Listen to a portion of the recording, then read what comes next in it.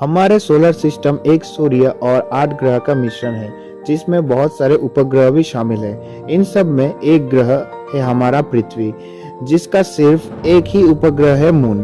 तो आज हम बात करेंगे इसी मून के ऊपर। Hello everyone, my name is Vishwadeep Sarkar and you are watching BBA info. तो मून कैसे बना, हमारा अर्थ का उपग्रह, और कैसे हुआ इसका जन्म। हम किसी के जन्म के बारे में तभी बोल सकते हैं जब हम में से कोई वहाँ पे मौजूद हो, लेकिन चांद जब बना था तब अर्थ में लाइफ एग्जिस्ट ही नहीं करता था। इसीलिए हम सिर्फ साइंस की मदद से चांद की जन्म का अनुमान ही लगा सकते हैं। साइंटिस्टों ने चांद के जन्म के बारे में बहुत सारी थ्योरी दिए हैं, जिसमें से हम सिर्फ 4 मेन थ्योरी के बारे में बात करेंगे। Number 1, the fission theory. इस थ्योरी में बताया गया है कि चांद अर्थ का ही एक अंश है। जब हमारे सोलर सिस्टम बन रहा था तब सब कुछ एक दूसरे से टकरा रहा था और टूट रहा था।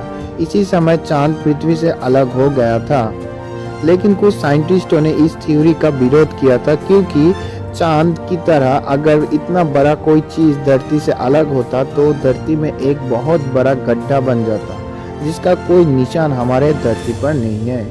फिर कुछ साइंटिस्टों ने इसी थ्योरी को सही प्रूफ करने के लिए इस सवाल का जवाब दिया। हमारे धरती पर ऐसा ही एक बड़ा गड्ढा है, जो कि है पैसिफिक ओशन, यानी कि प्रशांत महासागर।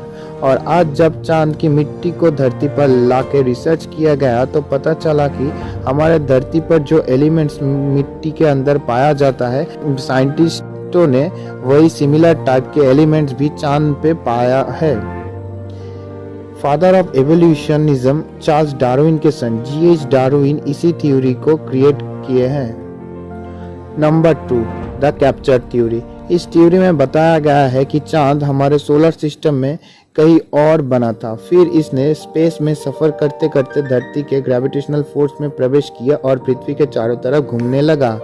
ज़्यादातर साइंटिस्ट इस थ्योरी को मानने से इनकार करते हैं, क्योंकि इतना बड़ा कोई चीज़ इतनी स्पीड में आके हमारे पृथ्वी के टक्कर ना मारकर उसकी चारों तरफ घूमने लगा, जो कि इम्पॉसिबल है। Number 3, the condensation theory. इस थ्योरी में बताया गया है कि चांद और धरती एक साथ एक ही समय पर एक ही जगह पर क्रिएट हुआ था। इसके बाद चांद धीरे धरती के चक्कर लगाने लगा, लेकिन कुछ साइंटिस्टों को मानना है कि अगर ऐसे ही चांद का जन्म होता तो उसका एलिमेंट्स हुबहू धरती के एलिमेंट्स से मिलता, लेकिन ऐसा नहीं है। तो इस थ्योरी को हम 100% करेक्ट नहीं बोल सकते। नंबर 4, द जायंट इम्पैक्टर और द इंजेक्टेड रिंग थ्योरी। इस थ्योरी में बताया गया है कि मार्स ग्रह के साइज बराबर कोई चीज धरती को हिट किया था, जिससे बदौलत हमारे धरती से एक बहुत ही बड़ा साइज का पत्थर अलग हो गया, लेकिन वो धरती के ग्रेविटेशनल फोर्स के बाहर नहीं जा सका और धरती के ही चारों तरफ घूमने लगा, और ऐसे ही जन्म हुआ चांद का। इस टकराव की वजह से पृथ्वी घूमने का स्पीड बहुत ही बढ़ गया था, और इस थ्योरी को मुताबिक 5 करोड़ साल पहले एक टकराव हुआ था। जब इस थ्योरी का इन्वेंशन हुआ तब साइंटिस्टों ने इसे मानने से ही बिल्कुल इनकार कर दिया, लेकिन 1984 में जब कॉन्फ्रेंस रखा गया था चांद के जन्म का सबसे सुइटेबल थ्योरी सिलेक्ट करने के लिए, तब द जायंट इम्पैक्टर थ्योरी को ही सिलेक्ट किया गया था।